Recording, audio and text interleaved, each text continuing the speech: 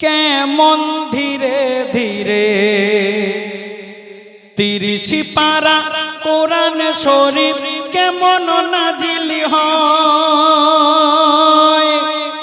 প্রিয় নবীর মধুর ঠোঁটে, ওগো প্রিয় নবীর মধুর ঠোঁটে আল্লাহ কথা কয় ও ঠোঁটে চুমতে ইচ্ছা হয়। কেন? ও ঠোঁটে আল্লাহ কথা কয়, ও ঠোঁটে আল্লাহ কথা কয়। দীর্ঘ ২৩ বছর ধরে কেমন ধীরে ধীরে আল্লাহ ইচ্ছা করে কোরআন রাখবে পাহাড়ে, শুনে পাহাড় কাঁপতে থাকে। আর রাখলেই কোরআন পাহাড় ভেঙে খান খান বলে বইতে পারবো না একে।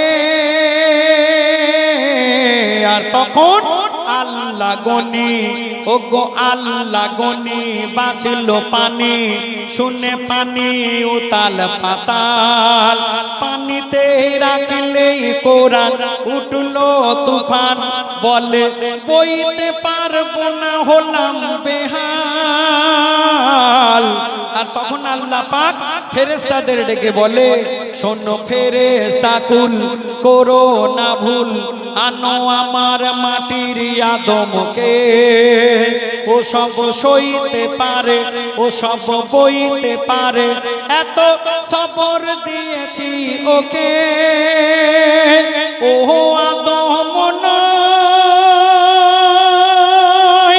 ও আমার নূরে মুহাম্মদ।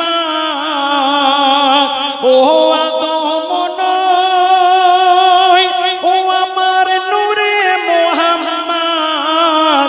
ওর বুকেতে ঢেলে দেব আমার যত সম্পদ। ও জিবরিল দাও ভরে দাও কোরআন ওর সিনায়।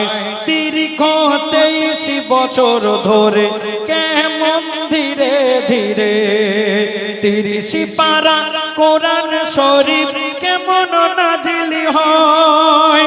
প্রিয় নবীর মধুর ঠোঁটে, ওগো প্রিয় নবীর মধুর ঠোঁটে আল্লাহ কথা কয় ও ঠোঁটে চুমতে ইচ্ছা হয়।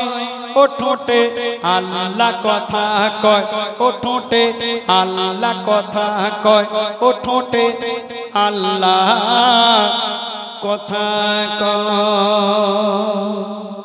শুনলেন?